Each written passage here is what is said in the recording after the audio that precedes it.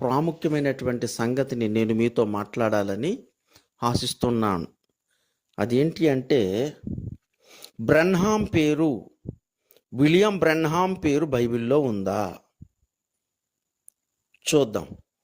దానికి ముందుగా మత్తయి సువార్త 23వ అధ్యాయము 34వ వచనం కనుక మనం చూసినట్లయితే, యేసుక్రీస్తు ప్రభు స్వయంగా చెప్తున్నాడు, నేను మీ యొద్దకు ప్రవక్తలను పంపుదును అని. ఓకేనండి.